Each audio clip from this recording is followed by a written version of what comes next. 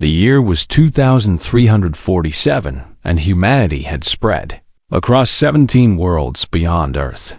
These colony planets existed under the rule of the Galactic Dominion, a powerful alliance of 12 alien species that had controlled the galaxy for over 40,000 years. Humans were the newest members of this galactic community, and they were treated as the lowest class of citizens.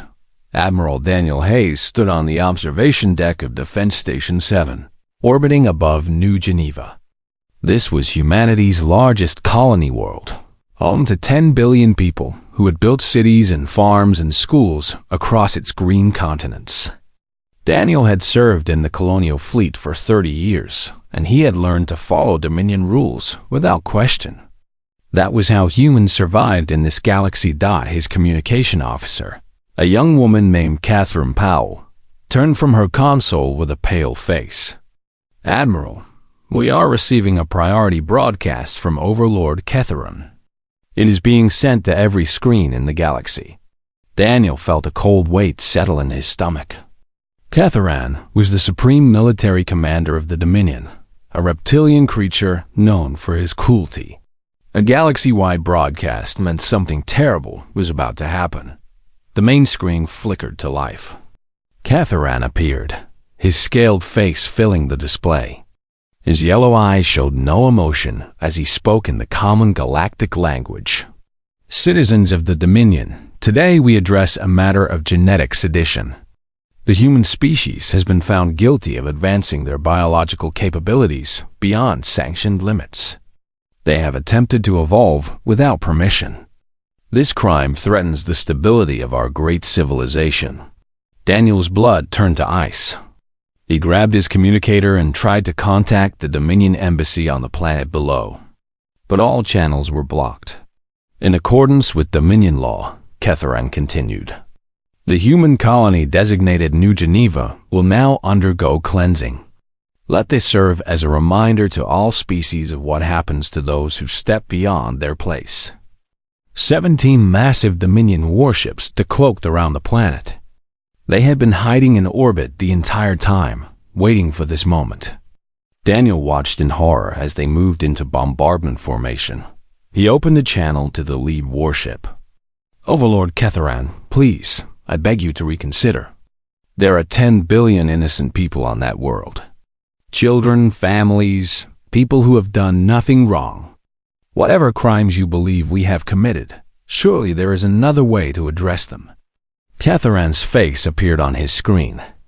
"Your pleas are noted and rejected. The cleansing will proceed. And Admiral Hayes, you should know that this broadcast is being shown on every inhabited world in the galaxy. Every species will watch what happens to those who violate Dominion law." The first plasma bombardment struck the northern continent. Daniel watched through the station's sensors as a city of 2 million people vanished in nuclear fire. Then another strike came, and another. The Dominion ships moved in a systematic pattern, burning away every trace of human civilization on the planet's surface. For 6 hours, the galaxy watched New Geneva die. Catherine provided commentary throughout, explaining how this cleansing was necessary for galactic stability. He showed close-up images of cities burning, of evacuation ships being shot down as they tried to flee, of refugee camps being targeted specifically to ensure no survivors on Earth. In a bunker deep beneath the Rocky Mountains, Secretary General Nathan Clark sat surrounded by his emergency council. They watched in silence as 10 billion of their people were murdered. Some council members wept openly. Others sat frozen, unable to process what they were seeing. Dr. Megan Torres, head of Earth's scientific division, finally spoke. "They are making us watch on purpose. They want us to see what happens when we try to improve ourselves. They want to break us." Nathan Clark said nothing. His hands gripped the armrests of his chair so tightly that his knuckles had gone white. His face showed no expression, but behind his eyes, something fundamental was changing. The bombardment ended. Where New Geneva had once been a world of cities and forests and oceans teeming with life, now there was only a burned and blackened sphere. Sensors showed no signs of life anywhere on the planet's surface. Catherine appeared one final time. The cleansing is complete. Earth now has 30 standard days to present itself for population adjustment. Failure to comply will result in similar treatment. This broadcast is concluded. The screens went dark dot in the bunker. Nathan Clark finally stood. He looked around at his council members, at the broken and devastated faces of the people who were supposed to lead humanity through whatever challenges they faced. They believe they have destroyed our will to resist, he said. His voice was quiet, but it carried through the silent room. They believe that by murdering our people and making us watch, they have taught us to fear. They have made the greatest mistake any enemy has ever made against humanity. He turned to General Kevin Morrison, the commander of Earth's military forces. Kevin was a large man with gray hair and hard eyes. He had spent his career preparing for a war he hoped would never come. General, initiate Protocol Prometheus. Kevin's eyes widened slightly. Sir, that will reveal everything we have hidden for the past 300 years. Yes, it will. Nathan walked to the window that showed a holographic display of Earth's solar system. For 3 centuries, we have played the role of obedient servants. We followed their rules. We accepted their restrictions. We let them believe we were exactly what they thought we were, a weak and primitive species useful only for labor. He turned back to face the council. But we were never weak. We were patient. We were preparing. And now, the Dominion will learn what humanity has really been doing since we first met them. In the command center of Defense Station 7, Admiral Daniel Hayes received a coded transmission from Earth. As he read it, his expression changed from grief to something harder, something dangerous. Catherine Powell noticed the change. Admiral? What is it? Daniel looked up at her. New orders from Earth. We are to abandon the station and rendezvous with the hidden fleet at coordinates that do not officially exist. He paused. It seems that Earth has been keeping secrets. Very big secrets. He began entering commands into his console. All personnel, prepare for immediate evacuation. We are leaving in 15 minutes. Where are we going, Admiral? Daniel allowed himself a small, grim smile. We are going to war, Lieutenant. The Dominion wanted to teach humanity a lesson. Instead, they are about to learn one. As the station's crew rushed to evacuation pods, Catherine took one last look at the burned world below them. Somewhere down there, her brother had lived with his wife and 2 children. Now they were gone, along with 10 billion others. She wiped her tears and hardened her heart. The Dominion had wanted humanity to feel helpless. They had wanted to crush any thought of resistance. Instead, they had created something far more dangerous than they could imagine. They had made humanity angry, and humanity had been preparing for this moment for a very long time. Deep beneath the surface of Earth, in tunnels that no map had ever shown, Secretary General Nathan Clark walked through corridors that officially did not exist. Beside him walked Dr. Christopher Yang, a thin man with tired eyes who had spent his entire life working on projects that the Dominion believed were impossible. We call this place the Foundry, Christopher explained as they moved through massive underground chambers filled with machinery and workers. It spans 3 continents, connected by quantum tunnels. 28,000 scientists and engineers have worked here in rotating shifts for nearly 300 years. Nathan looked around at the vast facility. He had known about the Foundry in theory, but seeing it in person was something else entirely. And the Dominion never detected any of this? Christopher shook his head. We learned very early that the Dominion relied entirely on their surveillance technology. They never bothered to physically inspect our world because they believed their sensors would catch any deception. So we built everything underground, behind layers of shielding that make our facilities invisible to their scans. They entered a chamber the size of a stadium. Inside were rows upon rows of spacecraft, sleek and deadly. Nothing like the slow transport ships the Dominion had permitted humanity to use. "These are Raven-class strike fighters," Christopher said. "Faster than anything in the Dominion fleet. Their weapon systems can penetrate Dominion shields, which our scientists cracked about 150 years ago." He gestured to a larger ship at the center of the chamber. "And that is the USS Retribution, our flagship.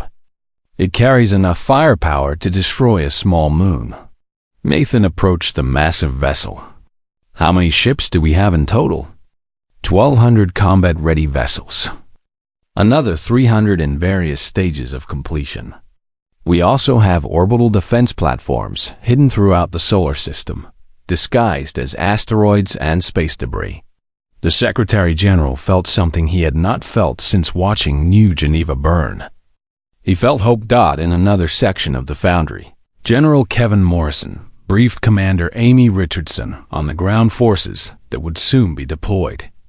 Amy was a small woman with short dark hair and eyes that had seen too much combat. She led the Vanguard Corps, humanity's elite special forces unit. "Your soldiers have been training for this their entire lives," Kevin said. "Every member of the Vanguard has been enhanced with technological augmentations designed to counter specific Dominion species. Against the reptilian Cathar, your troops have heat-resistant armor and weapons calibrated to penetrate their scales. Against the insectoid Velthari, you have sonic disruptors that shatter their exoskeletons." Amy nodded. "My people are ready, General. We have been ready for years. But I need to know something. What are our rules of engagement?" Kevin met her eyes. "The Dominion murdered 10 billion of our people as a show of force. They broadcast it as entertainment. Your rules of engagement are simple. End the threat. But remember that we are not like them. We target military forces, not civilians. We fight to win, not to commit genocide." Amy saluted. "Understood, sir." Meanwhile, Ambassador Eric Santos worked in a secure communication center, reaching out to species that might join humanity in the coming war. Eric was an older man with silver hair and a diplomat's careful manner of speaking. He had spent decades building secret relationships with other conquered species. His most important contact was with the Velthari, an insectoid race that had been enslaved by the Dominion 2,000 years ago. The Velthari Queen, a massive creature with hundreds of eyes, appeared on his encrypted screen. "Ambassador Santos," the Queen clicked in her own language, which Eric's translator converted to English. "We have seen the broadcast. The Dominion has revealed its true nature to the galaxy." Eric leaned forward. "Your Majesty, humanity intends to fight back. We have weapons and ships the Dominion does not know about. But we cannot win this war alone. We need allies." The Queen was silent for a long moment. "For 2,000 years, my people have lived under Dominion rule. We've been forced to breed soldiers for their armies, to mine resources for their ships, to bow before creatures who see us as nothing more than useful insects." Her many eyes focused on Eric. "What are you offering, Ambassador?" "An alliance of equals. When the Dominion falls, the Velthari will be free to govern themselves. No human will ever try to control your people. We will be partners, not masters and servants." "And if you lose this war?" Eric allowed himself a small smile. "Then we will all die together. But I do not think we will lose, Your Majesty. Humanity has been preparing for this moment for 300 years. The Dominion has no idea what is coming." The Queen's mandibles clicked in what might have been a laugh. "Show me proof of your capabilities. If what you say is true, the Velthari will join your cause." Eric transmitted files containing specifications for human weapons and ships. The Queen studied them for several minutes, her compound eyes moving rapidly as she processed the information. "This is remarkable," she finally said. "Your species has achieved technological advances the Dominion declared impossible. How did you do this?" "We are human," Eric replied simply. "When someone tells us something cannot be done, we take it as a challenge." Back in the main command center, Nathan Clark convened a final meeting with his war council. Around the table sat Kevin Morrison, Christopher Yang, Amy Richardson, and a dozen other leaders who had spent their lives preparing for this day. "The Dominion deadline is in 29 days, Nathan said. "Overlord Ketharan expects us to surrender ourselves for population adjustment. Instead, we will give him something else entirely." He activated a holographic display showing the galaxy. Red dots marked Dominion military installations. Green dots marked the positions of hidden human forces. In exactly 24 hours, we will launch simultaneous strikes against every Dominion installation marked on this map. Our sleeper agents have been planting devices in these locations for decades. When the Scythe protocol activates, we will cripple 40% of their military infrastructure in a single coordinated attack. Kevin Morrison spoke up. "Our fleet will engage the Dominion forces sent to Earth. Once we have secured our home system, we will begin liberation operations across the galaxy." Amy Richardson added her report. "The Vanguard Corps is ready for ground operations. We will board and capture enemy command ships, targeting their leadership structure." Christopher Yang presented the final piece of the plan. "Our scientists have developed a communication virus that will infiltrate Dominion networks. Every species in the galaxy will see what humanity is capable of. We want the oppressed peoples of the Dominion to know that resistance is possible." Nathan looked around the table at the faces of his commanders. These men and women had dedicated their lives to a war they were never certain would come. Now that it had arrived, there was no hesitation in their eyes, only determination. "The Dominion believes they have taught us to fear them. They believe that by murdering our people, they have broken our spirit. They could not be more wrong." Nathan stood and placed his hands on the table. "In 24 hours, we will show them what fear really means." In 24 hours, the final reckoning begins. As the commanders dispersed to their stations, Nathan remained alone in the room. He looked at the holographic display, at the vast empire they were about to challenge, at the impossible odds they faced. 10 billion faces flashed through his mind. Mothers and fathers, sons and daughters, friends and strangers. All gone because the Dominion had decided humanity was growing too strong. "We will avenge you," he whispered to the empty room. "Every single one of you. I promise." The clock was ticking. In 24 hours, humanity would reveal its true strength, and the galaxy would never be the same. Overlord Ketharan stood on the bridge of his flagship, the Dominion's Wrath, as his fleet of 500 warships entered the Sol system. He had expected this mission to be simple. The humans would be broken and terrified after watching their colony burn. They would surrender without resistance, and he would oversee the reduction of their population to a more manageable number. His sensors showed Earth directly ahead, a blue and green world that would soon know the Dominion's justice. But something was wrong. "Overlord," his sensor officer reported with confusion in his voice, "Earth is not appearing on our scanners. There is empty space where the planet should be." Ketharan hissed in anger. "Impossible. Planetary cloaking technology does not exist. Our scientists have confirmed this many times. Recalibrate your instruments." "I have already done so, Overlord. The readings are accurate. The entire planet has vanished." For the first time in his long career, Ketharan felt a small flutter of uncertainty. But before he could issue new orders, something else appeared on his sensors. Lieutenant Commander Laura Bennett sat in the cockpit of her stealth vessel, watching the Dominion fleet from a distance of only 2 kilometers. Her ship was invisible to their sensors, just as Earth itself was invisible. She had been waiting for this moment for her entire adult life. She pressed the activation button on her console. Scythe protocol engaged. Across the Dominion Empire, chaos erupted simultaneously. Thousands of devices that human agents had planted over the course of 3 centuries suddenly activated. Military bases vanished in nuclear fire. Shipyards collapsed as their support structures were destroyed. Communication arrays went dark as their power systems overloaded. On Ketharan's bridge, alarms began screaming. Reports flooded in from every corner of the Empire. The Dominion's military infrastructure was being systematically destroyed. What is happening? Ketharan demanded. How is this possible? His communications officer looked up with fear in her eyes. Overlord, we are receiving reports of attacks on 40% of our military installations.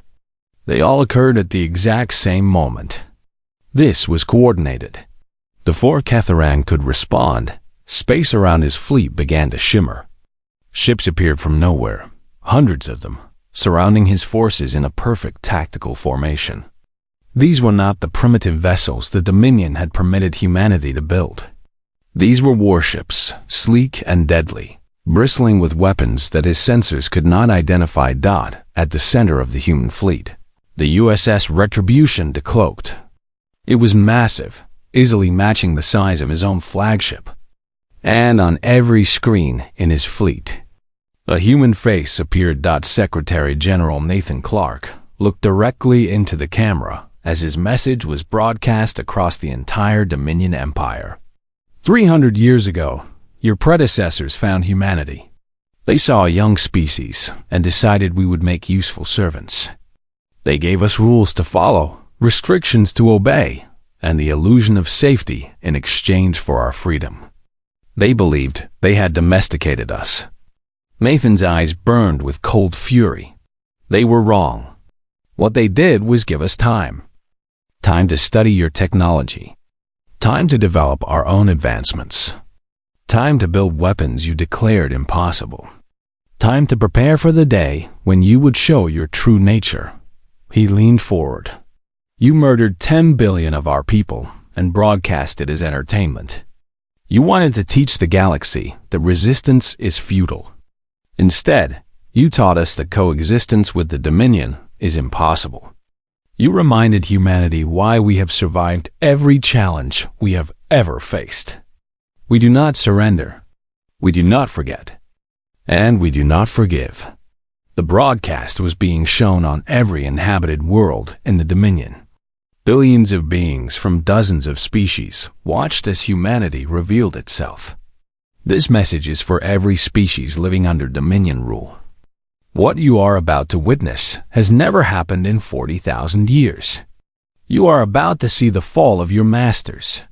And when it is over, you will have a choice. Continue to live in chains or join us in building something better. Nathan's expression hardened. And to Overlord Ketharan, who murdered our people and made us watch. You wanted to show the galaxy what happens to those who defy the Dominion. Now I will show you what happens to those who harm humanity. Your empire ends today.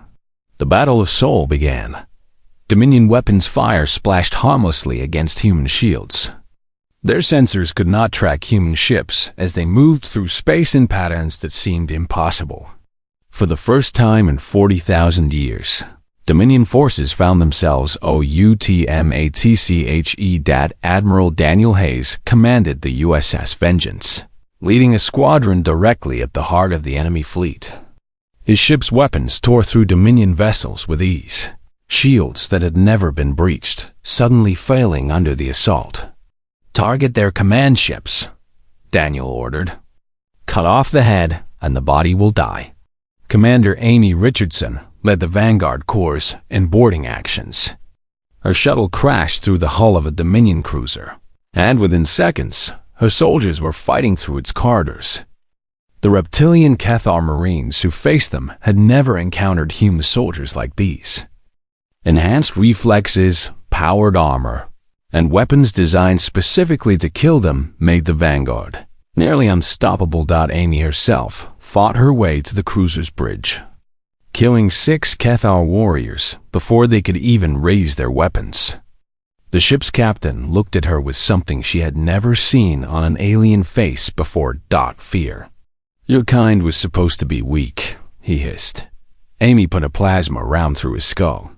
Your kind made a lot of assumptions about us. Every single one was wrong.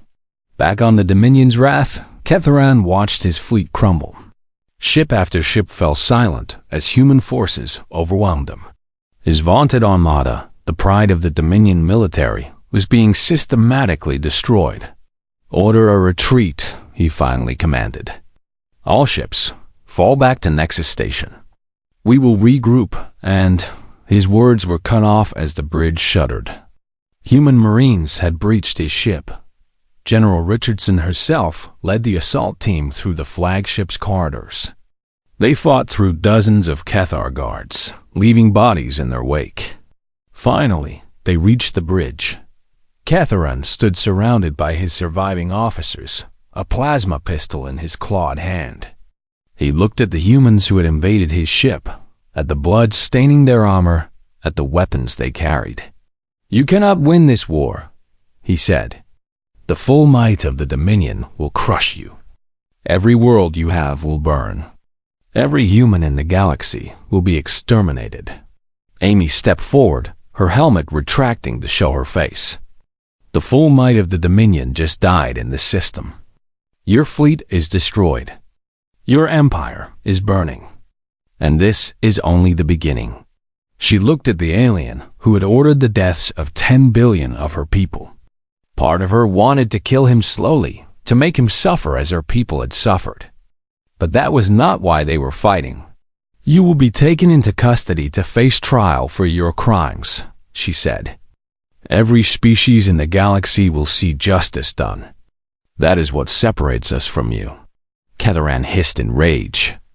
Justice? You speak of justice? You are insects. You are nothing. The Dominion has ruled this galaxy for 40,000 years. You cannot change that. Amy smiled grimly. Watch us. She activated her communicator. Admiral Hayes, the target is secured. The Overlord is in custody. Daniel's voice came back over the channel. Outstanding work, Commander. All enemy vessels have been neutralized or surrendered. The Battle of Seoul is over. We have won. Across the galaxy, the oppressed species watched the impossible unfold. Humanity had defeated a Dominion fleet. The Masters, who had seemed invincible for 40,000 years, had been beaten by a species they had dismissed as primitives. On dozens of worlds, whispers began spreading. If humanity could fight back, maybe others could too. Maybe the Dominion was not as powerful as it claimed. Maybe freedom was possible. The Veltera Queen received word of the victory and immediately ordered her hidden military forces to begin mobilizing. Other species did the same. The fire that humanity had started was spreading. Secretary General Nathan Clark looked out at the debris field that had once been a Dominion fleet.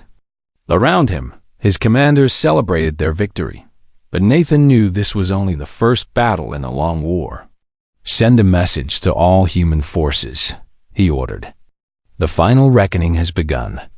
We will not stop until every Dominion installation is destroyed, every slave is freed, and every murderer faces justice.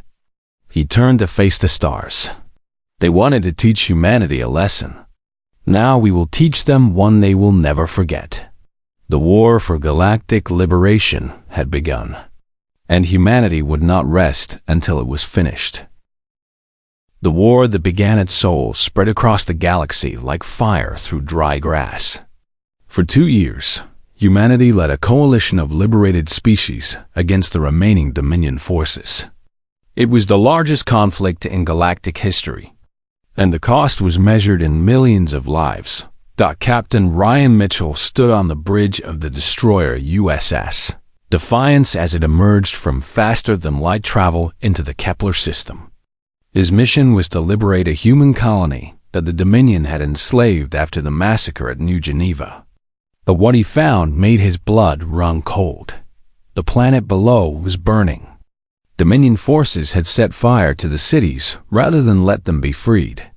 Refugee ships attempted to flee, but Dominion cruisers shot them down one by one. "All weapons, target those cruisers," Ryan ordered. "Get between them and those civilian ships." The USS Defiance dove into battle, its weapons tearing through the enemy vessels. Ryan's crew fought with desperate precision, knowing that every second mattered. But they were too late to save everyone. By the time the last Dominion ship was destroyed, only 3 of 12 refugee transports remained intact. Ryan opened a channel to Admiral Daniel Hayes, who now commanded the Liberation Fleet from the USS Retribution. "Admiral, Kepler is secure, but the cost was high. The Dominion is destroying everything they cannot hold. They would rather leave ashes than let us win." Daniel's face showed the exhaustion of 2 years of constant warfare. "It is the same everywhere, Captain. They know they are losing, so they are taking as much as they can with them. We need to move faster. Every day we delay, more people die." He paused, making a decision that weighed heavily on his conscience. All fleet commanders' new orders. Push your ships beyond safe operational limits. We will worry about repairs later. Right now, saving lives is more important than preserving equipment. The campaign became a desperate race against destruction. Human forces jumped from system to system, often fighting multiple battles within hours of each other. Soldiers went without sleep. Ships operated with damaged systems. Commanders made impossible choices about which worlds to save and which to abandon. Dr. Megan Torres worked day and night with a team of scientists from multiple species, trying to find a way to stop the Dominion's planet-killing weapons. They studied captured technology, ran thousands of simulations, and finally developed a shield system that could protect entire worlds from orbital bombardment. But there was a problem. The shield requires Tylarium cores to function. Megan explained to Secretary General Nathan Clark during a video conference. And the only sufficient supply of Tylarium in the galaxy is on Keth Prime, the Dominion homeworld. Nathan understood immediately. "You are telling me that to save the remaining worlds, we need to assault the most heavily defended planet in the galaxy?" "Yes, sir. It is the only way." Nathan nodded slowly. "Then, that is what we will do. Begin planning for the final assault." Meanwhile, the human cost of the war continued to mount. Commander Amy Richardson, now promoted to general, lost half of her Vanguard corps taking the Dominion shipyards at Nexus Station. The battle lasted 9 days, and when it was over, 5,000 of her soldiers were dead. She stood among the bodies after the fighting ended, looking at faces she had known for years. These were men and women who had trained their entire lives for this war. They had believed in the cause. They had given everything. "General?" A young lieutenant approached her carefully. "We have secured the station. The mission was successful." Amy did not look up. "Successful, yes. Tell that to the dead lieutenant." Captain Ryan Mitchell suffered his own losses at the Battle of Orion Gateway. His ship was destroyed defending a convoy of refugees from Dominion raiders. He spent 3 days floating in an escape pod before a patrol vessel found him. He was the only survivor of his crew. When he was brought aboard the rescue ship, Ryan could not stop shaking. The faces of his crew haunted him. Their voices echoed in his mind. Commander Lisa Park, who had served with him for 7 years. Lieutenant Tony Garcia, who had just become a father. Ensign Martha Collins, who had been barely 20 years old, all gone. Because of this war. Because of him, Ambassador Eric Santos faced a different kind of battle. The coalition he had built was beginning to fracture. Different species had different grievances, different goals, and different ideas about what should happen after the war ended. Some of the allied species wanted the Dominion races completely exterminated. They had suffered for thousands of years under Dominion rule. And they wanted revenge, not justice. Admiral Benjamin Cole, whose entire extended family had died on New Geneva, led a faction within the human military that agreed with this approach. During a coalition meeting, he stood and spoke with barely controlled anger. The Dominion committed genocide against humanity. They have enslaved and murdered countless beings from dozens of species. When we take their homeworld, we should do to them what they did to New Geneva. Let them burn. Let their species be erased from history. Eric Santos stood to respond. Admiral, I understand your pain. We have all lost people we love. But if we become the monsters we are fighting, we will have lost everything that matters. The Dominion's evil does not justify our own. They killed 10 billion of our people. Cole shouted. They broadcast it for entertainment. And killing 10 billion of them will not bring our people back. Eric's voice remained calm, though his own grief burned inside him. Justice must be done. Those responsible must be held accountable. But genocide in response to genocide only creates an endless cycle of violence. We must be better than they were, or this war means nothing. The debate raged for hours. In the end, Nathan Clark made the final decision. We will pursue justice, not vengeance, he announced to the coalition. The Dominion leadership will face war crimes trials. Those who participated in genocide will be punished. But we will not exterminate entire species for the actions of their rulers. That is the line we will not cross. Admiral Cole and his faction were furious, but they remained within the coalition. For now, as the fleet prepared for the final assault on Keth Prime, Nathan Clark addressed them via galaxy-wide broadcast. We have fought across 1,000 star systems. We have lost friends and family. We have seen horrors that will haunt us forever. But we have also seen courage and sacrifice and hope. We have seen species that were enemies become allies. We have seen the impossible become real. He paused, looking directly into the camera. Tomorrow, we attack the Dominion homeworld. This will be the most difficult battle we have ever faced. Many of us will not survive. But if we succeed, we will end 40,000 years of tyranny. We will free every species that has ever lived under Dominion rule. We will build a galaxy where no one is a slave. His voice hardened. To those we have lost along the way, I make this promise. Your sacrifice will not be forgotten. The galaxy you died fighting for will exist. We will see this through to the end, no matter the cost. He raised his fist in salute. For humanity. For the coalition. For freedom. Across the fleet, millions of soldiers from dozens of species echoed his words. Tomorrow, they would face the final battle. Tomorrow, they would end this war, or they would die trying. Ryan Mitchell, recovered from his ordeal and given command of a new ship, looked out at the assembled fleet. Thousands of vessels from a dozen species, all united against a common enemy. He thought of his dead crew, of all the people who had given their lives to reach this moment. We will win this, he whispered. For all of you, we will win. The fleet jumped to faster than light speed, heading for Keth Prime and the final battle of the war. The coalition fleet emerged from faster than light travel at the edge of the Keth system, and immediately faced the largest enemy force ever assembled.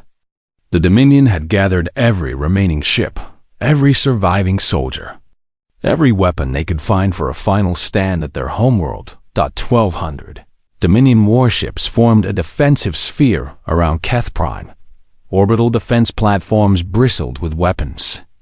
Ground-based cannons capable of destroying ships in orbit powered up as the human fleet approached. Admiral Daniel Hayes stood on the bridge of the USS Retribution, looking at the tactical display. They have concentrated everything here. If we break through this defense, the war is over. Secretary General Nathan Clark stood beside him. He had insisted on being present for the final battle. Then let us break through. Give the order, Admiral. Daniel opened a channel to the entire fleet. All vessels, this is Admiral Hayes. Remember New Geneva. Remember the 10 billion. Remember everyone we have lost to reach this moment. Today, we end this. For humanity. For the Coalition. For freedom. The Battle of Keth Prime began. 3,000 Coalition ships surged forward against the Dominion defensive line. Plasma fire lit up the darkness of space as both fleets engaged. Ships exploded on both sides. Their crews dying in seconds as hulls breached and reactors detonated. Captain Ryan Mitchell commanded the USS Victory at the head of a strike force aimed at the orbital defense platforms. His ship took hit after hit, but he pushed forward, knowing that every platform they destroyed made the ground assault possible. Target the power cores, he ordered. Take them out one at a time. The USS Victory's weapons tore through the first platform, then the second. Enemy fighters swarmed around them, but Ryan's gunners picked them off with practiced precision. A third platform exploded, creating a gap in the defensive network. Admiral Hayes, we have opened a corridor for the landing craft. Send them through now. Hundreds of troop transports poured through the gap, carrying soldiers from every Coalition species toward the planet's surface. General Amy Richardson was aboard the lead transport, her remaining Vanguard corps ready for the final battle. As they descended through the atmosphere, anti-aircraft fire filled the sky. Transports exploded around them. Amy watched soldiers she had trained die before they could even reach the ground. But she did not flinch. She could not afford to. All units, we are landing directly at the Imperial Palace. Our objective is to capture the Dominion leadership and secure the Chamber of Records. Stay focused. Stay together. We end this today. The transport hit the ground hard, and Amy was the first one out. Dominion soldiers rushed to meet them, but the Vanguard corps cut through them like a blade through cloth.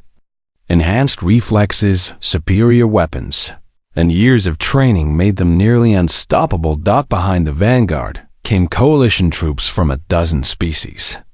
Belthari warriors, their exoskeletons gleaming in the light of burning buildings.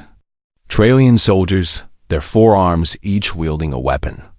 Species that had been enemies for thousands of years now fought side by side against their common oppressor. Dr. Megan Torres accompanied the assault team with a special mission. She led a squad directly to the Chamber of Records, deep beneath the Imperial Palace.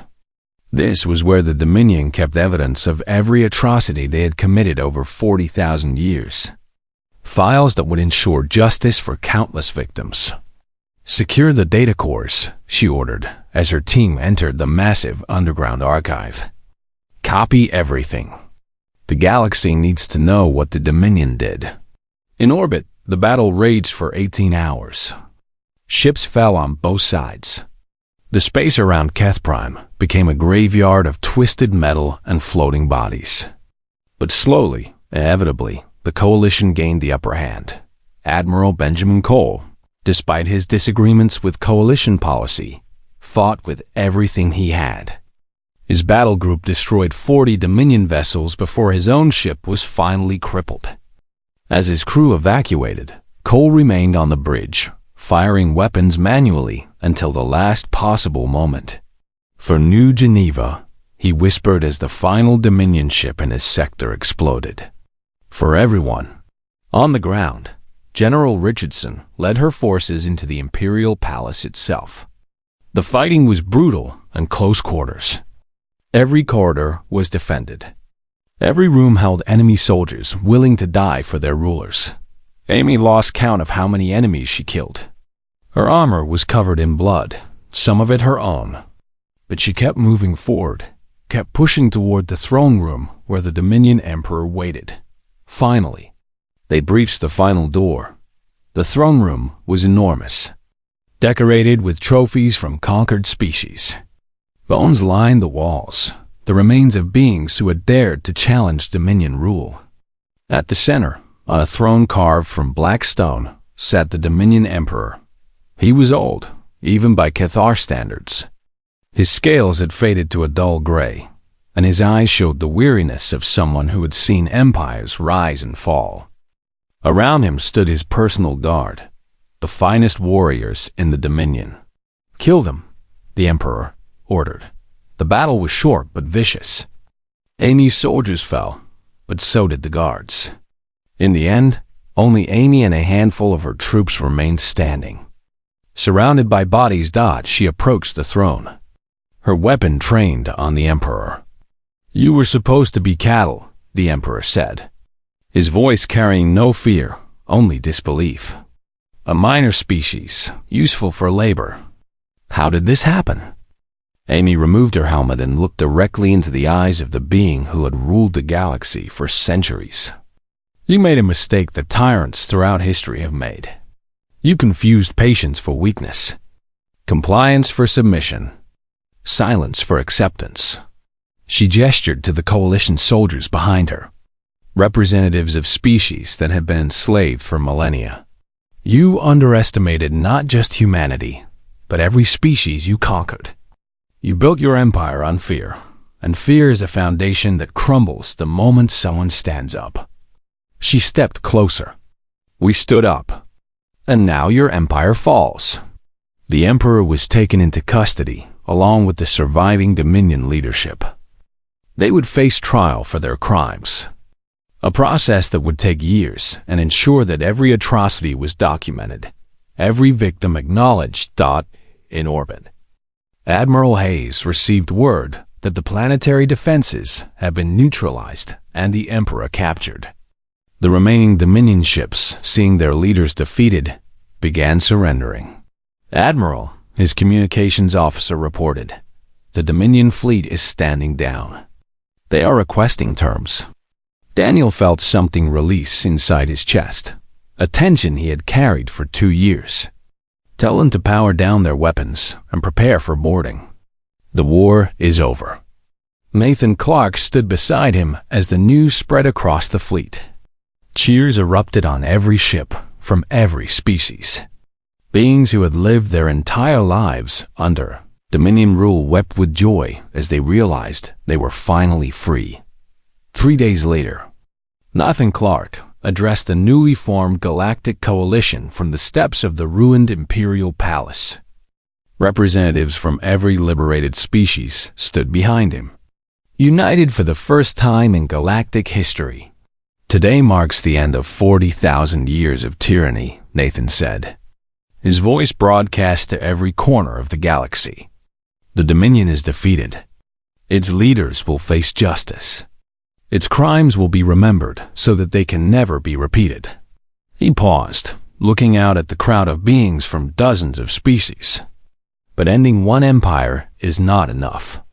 We must build something better in its place. A galaxy where species are judged by their character, not their usefulness. Where the strong protect the weak instead of exploiting them. Where justice applies to everyone, regardless of power." He thought of New Geneva, of the 10 billion who had died to begin this journey. Their faces filled his mind, and he spoke his next words directly to them. "To those we lost, we promise this. Your deaths were not in vain. The galaxy you died in no longer exists. In its place, we will build something worthy of your sacrifice. Something better. Something free." General Richardson stood beside Captain Mitchell in the crowd, both of them scarred survivors of a war that had changed everything. They watched as Nathan Clark finished his speech, and the crowd erupted in celebration. "Do you think they are watching?" Mitchell asked quietly. "Everyone we lost?" Richardson considered the question. "I think they would be proud. We did not just survive. We changed the galaxy." Mitchell nodded slowly. "Humanity." Richardson allowed herself a rare smile. "Humanity indeed." 1 year later, a memorial was erected on Earth at the location where the broadcast of New Geneva's destruction had first been received. 10 billion names were carved into black stone, stretching for kilometers across the landscape. Nathan Clark, now chairman of the Galactic Coalition, placed flowers at the base of the memorial. Behind him, representatives from every coalition species did the same. "We remember," he said softly. "We always will." The galaxy had changed forever. Humanity had taken its place among the stars, not as servants or conquerors, but as partners in building a new civilization. The road ahead would be long and difficult, but for the first time in galactic history, that road belonged to everyone. The Dominion had wanted to teach humanity fear. Instead, humanity had taught the galaxy hope. And the galaxy would never forget what a species of former slaves had accomplished. When they finally decided to fight back, the final reckoning was complete.